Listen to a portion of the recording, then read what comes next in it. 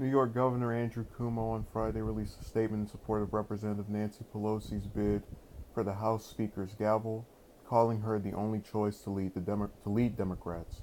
Cuomo said in a statement that there was no comparable tested alternative to Pelosi, who has led House Democrats since 2003. There is a reason no one has publicly announced they are running against Leader Pelosi. There is no tested comparable alternative, Cuomo said in the statement. Nancy Pelosi has my support as Speaker, and I urge strongly our delegation to support her for the good of our state and nation, he added.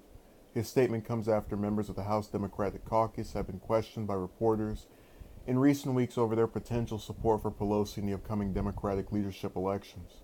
Pelosi faces declared opposition, but no actual opponent from a group of Democratic lawmakers on the bipartisan Problem Solvers Caucus. So, that's enough of that nonsense. I find it kind of comical that he endorses her, and this is a running theme. You're going to see a lot of people who are backing Pelosi for a second tenure or stint as Speaker.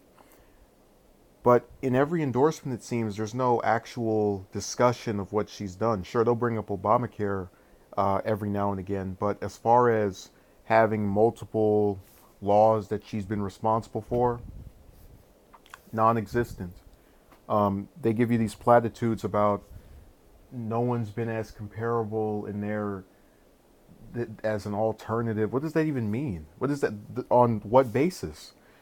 What is factual is that she's been the Democratic leader for 15 years in the House, and in that time, the party has lost in one midterm 62 House seats, loads of governorships, and I don't understand really what record she has to be happy with.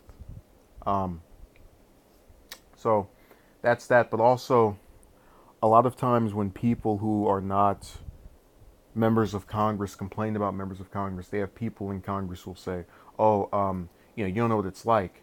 You haven't been here as long, so you don't understand what's going on." Which is a criticism I've seen of people who are incoming members of the House or people that are not, that will complain about whoever the leadership for whichever party is. But what I find very, very funny is that whenever you say, "Hey, look, fall in line. Don't get upset about this same person who didn't bring us anything coming back for another term. No, I love this person. This person's great. They're good." And no one will criticize you. No one's going to call you a sexist. No one's going to say, "How dare you speak out against this," or "How dare you speak in favor of this member of the House that you don't know." They'll never say that because you're saying the exact thing they want to hear. Basically, what you have to understand about Democrats and Republicans to an extent is that there is no room for individuality. That's why when you have Ro Khanna, for example, going around and getting with Bernie on a couple of pieces of legislation and talking about all these different wars, it seems like a foreign concept to most of the other Democrats in the House because they're used to just doing nothing, to just getting elected every 2 years, sitting in a meeting, talking with somebody, ask them a couple of questions. There's no difficulty in that. The only thing that Pelosi can take credit for is raising more money than the rest of the members of the House, out of the Democrats anyway. But that's not even a real accomplishment because anybody can become a tap dancer for corporations and bend over for Wall Street, as she's done, and the fossil fuel companies. So the idea that that's more impressive than, say, someone getting, I don't know, individual contributions, which is the whole point of Justice Democrats, is stupid. Um, and ultimately, this is all part of the same campaign of trying to keep the status quo that has brought us Trump in place for more Democratic losses.